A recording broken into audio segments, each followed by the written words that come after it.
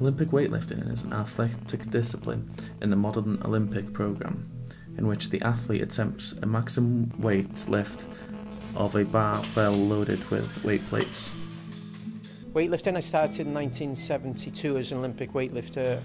Obviously went through the rankings domestically, got up to an international standard by 75, 8th in the world in 78, won the Commonwealth Games gold medal, which was a brilliant part of my career in 1986. Attended 3 more Commonwealth Games, not making a podium but making good totals. And then in 2003 retired from the army, took over as a Welsh national weightlifting coach, and since then I've had a myriad of successes with my weightlifters.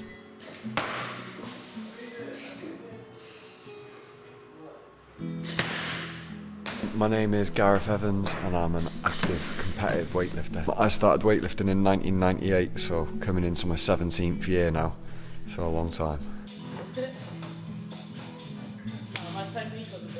It's a brilliant sport. I mean, you know, okay, we're a rugby and football nation, but weightlifting is a massive following. There's 202 accredited countries in the world, and I would sort of make a comparison of Great Britain being 2nd or 3rd division, but occasionally we have these brilliant lifters who just break the mould, and Holyhead and Anglesey Weightlifting Centre has you know, a huge legacy in producing champions.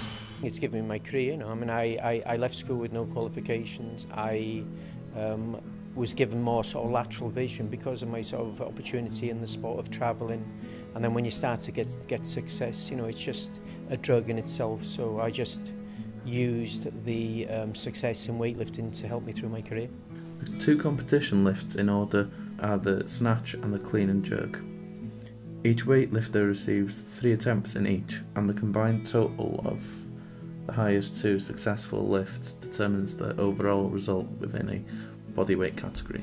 I think it's a very underestimated sport. I think it's probably the most widely used sport that goes unrecognised in the world. I mean, a lot of rugby teams, football teams, athletes, they all use Olympic weightlifting as a part of their strength and conditioning programmes, but don't identify it as an actual sport.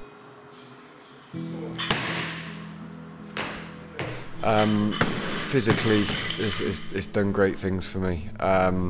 Mentally as well. Confidence, self-respect, discipline. Obviously respecting others helped me learn to coach. It's helped me in a lot of ways. Bodyweight categories are different for men and women. A lifter who fails to complete at least 1 successful snatch and 1 successful clean and jerk also fails in total, and therefore receives an incomplete entry for the competition. The highest achievement is without doubt a gold medal for Wales in 1986. I did win a world title in 2006, but that was a world title in the Masters between 46 and 50 year category, so definitely the Commonwealth Games. I cleaned 170 kilos with a body weight of 67, clean and jerked 160, snatched, which is the faster more ballistic movement, 135. So.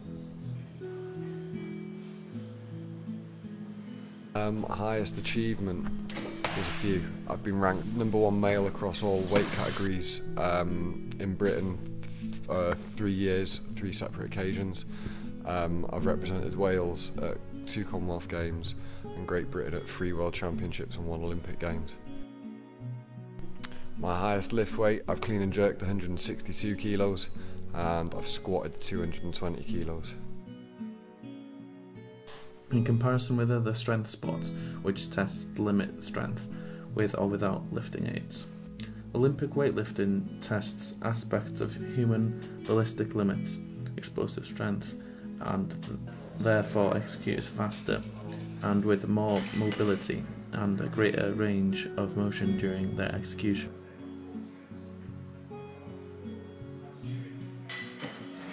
A lot of the 50s myths have now been dispelled, so getting young people into resistance training is a fantastic way of giving them increasing bone density and just making them physically stronger, better posture. So young, old, I mean, we've got a 76-year-old world champion here, we've got a young girl who's breaking huge world records in powerlifting, so everyone should use some kind of resistance training as some kind of form of their training just to be strong.